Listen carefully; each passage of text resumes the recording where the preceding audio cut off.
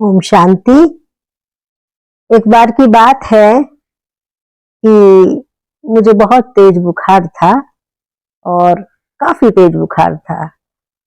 तो मुझे ऐसे ही बाबा की बहुत याद आ रही थी। 94 की बात है। तो मैंने बाबा से कहा कि बाबा आप तो कहते हो बच्चे तो मुझे याद करो, क्योंकि बहुत काम करना होता था, स्थूल भी काम करना होता था, सेवाएं भी करनी होती थी, झाड़ू पोछा बर्तन भोग ये सब क्लास कराना, बाहर जाना सब होता और करते भी थे, अच्छा भी लगता था, बहुत काम करते थे। अब काम का तो क्या बताएं, काम करते थे तभी शायद भगवान ने चुना होगा। बहुत फिजिकल काम करते थे। मैं कई बार इतने बड़े बड़े सेंटर पे जाती थी तो मुझे सब कुछ आता था। आप जानते हो कि चूंकि हम गांव के हैं और गांव की बच्चियों को तो सब काम सिखाए जाते हैं। बात तो इसकी नहीं होती कि वो गरीब परिवार को, हम गरीब परिवार के नहीं थे, हम पढ़े लिखे परिवार के हैं, तो ऐसा नहीं था। लेकिन हमें सब काम करना आता है, आज भी करते हैं हम। तो सब कहते थे तो बड़ी होशियार है, इसको तो साग काटना आता है, इसको तो मक्का की रोटी बनानी आती है, इसे छोटी सी को सिलाई भी आती है। कोई काम ऐसा नहीं था खेती बाड़ी से पौधे लगाने से लेके या अच्छे से अच्छे स्टैंडर्ड से लेके जो काम हमें ना आता हो। हम वीआईपी से मिलते थे तो वैसे हो जाते थे, साधारण लोगों से मिलते तो वैसे हो जाते थे। तो हुआ क्या कि जब मुझे तेज बुखार था तो बाबा से मैंने एक वायदा किया, क्योंकि बालक थे तो बाबा के साथ ही बातें होती थी कि बाबा आप कहते हो बस तुम मुझे याद करो। अब यार अगर तेज बुखार में काम करना है और आपको याद करना है तो याद ही करेंगे, वो एक काम आप भी हमारा कर लेना, किसी को हमें दवा लेने के लिए भेजना मत, और किसी को यहाँ हमारी सिंपैथी के लिए मत भेजना। अब हम याद भी करेंगे काम भी करेंगे। कुछ मैंने जिद पकड़ ली थी। मैंने कहा था देखते हैं तेज बुखार में अगर काम करेंगे तो क्या शरीर छूट जाता है क्या? मौत तो आ ही नहीं सकती जब तक बदी ना हो। तो ये अनुभव बहुत बार का है कि यूं मौत नहीं आती, क्योंकि कितने अजीज चले जाते हैं साथ के लोग, कहते हैं इसके बिना हम जी नहीं पाएंगे, और वो ऐसा कभी नहीं होता कोई किसी के साथ गया हो। आज तक कोई किसी के साथ नहीं गया। किसी की वजह से किसी को मौत नहीं आती, मौत अपने ही हिसाब से आती है, क्योंकि जमीन कभी इंसान के पास उठकर नहीं आती। इंसान ही उस जमीन के पास जाता है, उस जगह पहुंच जाता है जहां उसकी मौत लिखी हुई होती है। ये नियम है। तो इसी तरह मैं भी शिव बाबा को याद कर रही थी कि देखती हूँ शरीर छूटता है कि रहता है। तो खैर क्या हुआ, मैंने बहुत बाबा को याद किया, और जब मैंने याद किया तो मेरी याद पहुंची। फोन ऑन तो थे नहीं। सबसे पहले मेरी मम्मी को अनुभव हुआ। उन्होंने पापा से कहा कि आप ऐसा करो, ऑफिस से ही रुद्रपुर निकल जाना, और त्योहार भी है, जो भी कुछ रहा होगा वो मुझे ज्यादा तो याद नहीं है, तो चले जाना। उधर मेरठ में भाई रहता था बड़ा वाला, तो चूंकि पापा सीधे ही आने थे तो पापा सीधे ही आ गए। ये तो मेरठ होके आते हैं, अक्सर भैया के पास होके आते हैं। तो भैया को बड़ी याद आई, पता नहीं क्यों याद आई, क्या देखा उसे, वो सब तो मैं भूल गई हूँ आज। लेकिन उधर भैया के मन में आया, उसकी छुट्टी थी कि मुन्नी से जाके मिल आता हूँ। मेरे घर का नाम मुन्नी है और ऑफिशियली नाम मेरा ब्रह्मा कुमारी सूरजमुखी है। सूरज भाई चूंकि बड़े भाई हैं, उन्होंने मेरा नाम रखा है। तो उन्होंने कहा मुन्नी के पास हम भी चलते हैं।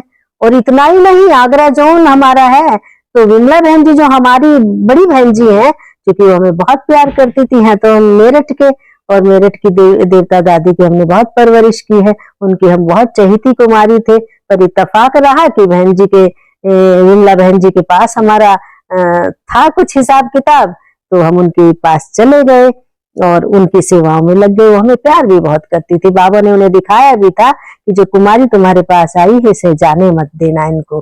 तो हम चारों ही बहनें आगरा जोन में अलग अलग स्थान पर।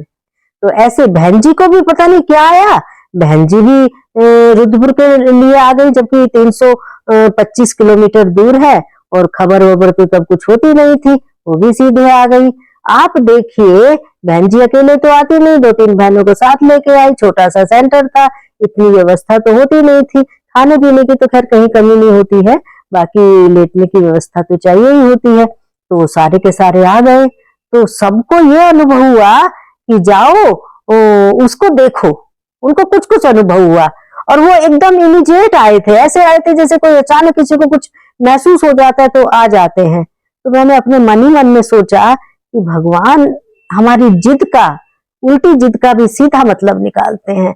मैंने बाबा को ये कहा था कि बाबा यहाँ कोई नहीं आना चाहिए, एक गोली कोई मुझे नहीं देनी चाहिए, क्योंकि आप कहते हो ना कि मुझे याद करो, मुझे याद करो, एक तुम मुझे याद करो, तुम्हें दवा का काम करेगी वो याद।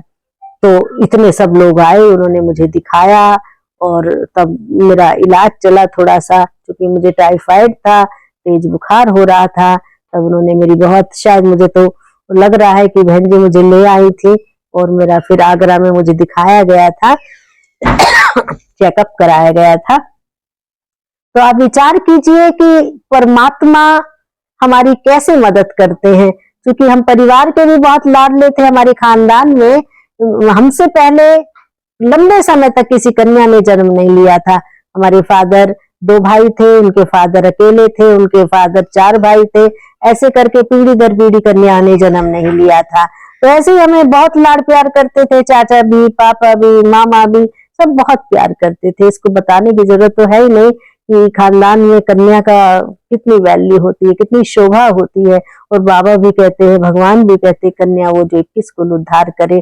तो पापा हमारे बहुत अच्छी अच्छी हमारे लिए सब चीजें लाते थे। उस समय तो ऐसा रिवाज भी नहीं था, कुछ पता भी नहीं था। हमें पापा जो भी लाते थे वो वही हम पहनते थे जो भी। लेकिन पापा हम लोगों के लिए अच्छी अच्छी साबुन लाते, अच्छी उस समय भी खुशबू के तेल लाते, क्योंकि ऑफिसर थे, शहर में रहते थे हम, जहां भी नौकरी पे रहे वहां हम साथ रहे थे। तो जूते, बाटा के जूते पहनाते, सब कुछ था, लेकिन वो हमारी अपनी पसंद से नहीं था। पापा अपने आप लाते थे। जब मैं आश्रम पे आई, एक दिन मैं बहुत रोई। मैंने बाबा को कहा कि बाबा आप भी तो पापा हो, हमें बहुत लंबा समय हो जाता है नहाने की साबुन से नहाए हुए। और पापा 5-6 कलर की साबुन लाते थे, कभी जय, कभी हमाम, कभी रेक्सोना। मैं छाट छाट के उनमें से ले लेती थी। मैंने कहा पापा आप तो, बाबा आप तो पापा जैसे भी नहीं, कि कभी हमें अच्छी सी साबुन एक मिल जाती तो हम नहा लेते। हम कपड़े धोने की साबुन भी सच में नहीं होती थी। मैं कपड़े धोने की साबुन, एक दुकान वाला था, मैं जान के कहती थी, मैंने कहा तुम्हारे यहाँ साबुन का चूरा है क्या? साबुन का चूरा भी वहां मिलता था, निरोल साबुन का, वो थोक में देते थे। तो मैं बाहर में से उसे ले आती, गीला करके कभी कभी गोल कर लेते थे उसको और उसी से नहा लेते थे। तो क्या हुआ कि मैंने बाबा को खूब अंदर अंदर कहा, ये कहने की बात नहीं है, मैं यहाँ कहना नहीं चाहती, भगवान है, हमारा उनसे बहुत प्यार है, हम उन पर कुर्बान हैं। उनका तो कोई सीमा है ही नहीं, वो कितना प्यार करते हैं। लेकिन ये हमारी तपस्या थी, हमारा भाग्य बनवाना था, भगवान को हमें अनुभव कराना था कि ऐसा नहीं होता है कि हम घर को ही, इन चीजों को ही याद करें। ये जीवन भी उस उच्च पिता का है, आखिर है तो हम परमात्मा के ही बच्चे। तो हुआ क्या कि अगले दिन एक माता आती है, वो कहती है कि दीदी हमने अपनी दुकान शिफ्ट की है, मनिहारी गली में हमारी दुकान है, वो सारी कॉन्फ्लेक्ट मतलब जो फैशन के फैंसी चीजों की है वो तो सारा शिफ्ट हो गया है। कुछ ऐसा माल है जो शिफ्ट नहीं हो सकता, उसे हमने पेटी में भर दिया है, कुछ आश्रम के लिए भी लाई हूँ। तो मैंने कहा फिर भी बता दीजिए, क्योंकि हम ये चूड़ियां ये सब चीजें नहीं लेते हैं, कि थोड़ी सी लेस है और एक पूरे कार्टून में साबुन है, उसमें कपड़े धोने की भी है, उसमें नहाने की भी है। तब तब मैं इसलिए रोई थी कि भगवान, हमारे पापा तो अच्छी अच्छी साबुन लाते थे, आप हमें मतलब हम कपड़े धोने की साबुन से भी नहीं नहा पाते हैं। फिर मैं दोबारा इसलिए रोई, वो बता रही थी कि ये बहुत लंबे समय से मैंने रख रखी थी, हफ्ता 10 दिन से, लेकिन देने की फुर्सत नहीं हो पा रही थी। फिर मैं इसलिए रोई कि बाबा मैंने तो आज कहा था, तुमने हफ्ता भर पहले से हम इस बात का, आपको क्या पता था क्या कि मैं साबुन की याद आ जाएगी मुझे और मैं ऐसा आपको कहूंगी है?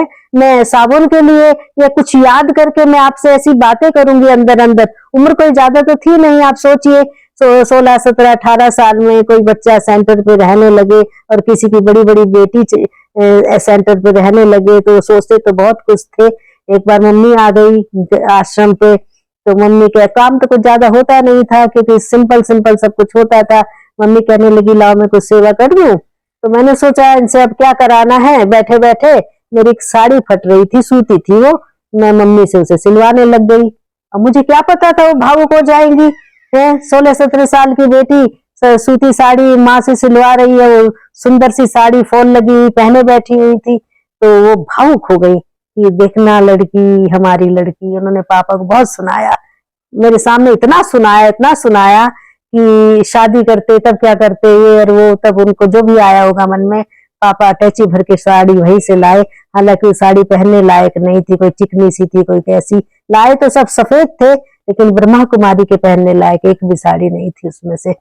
उन्हें भी दुख लगा था कि एक सूती साड़ी हमारी बेटी हमसे ही सिलवा रही है। तो आप ये सोचिए कि परमात्मा के बच्चे, परमात्मा पहले से ही उनके लिए कितना इंतजाम करके रखते हैं। कहते हैं ना कि मैं पास हूँ तेरे, तुझे एतबार कम क्यों है, खुदा है दोस्त जिनका उन्हें मझधार का गम क्यों है। ओम शांति।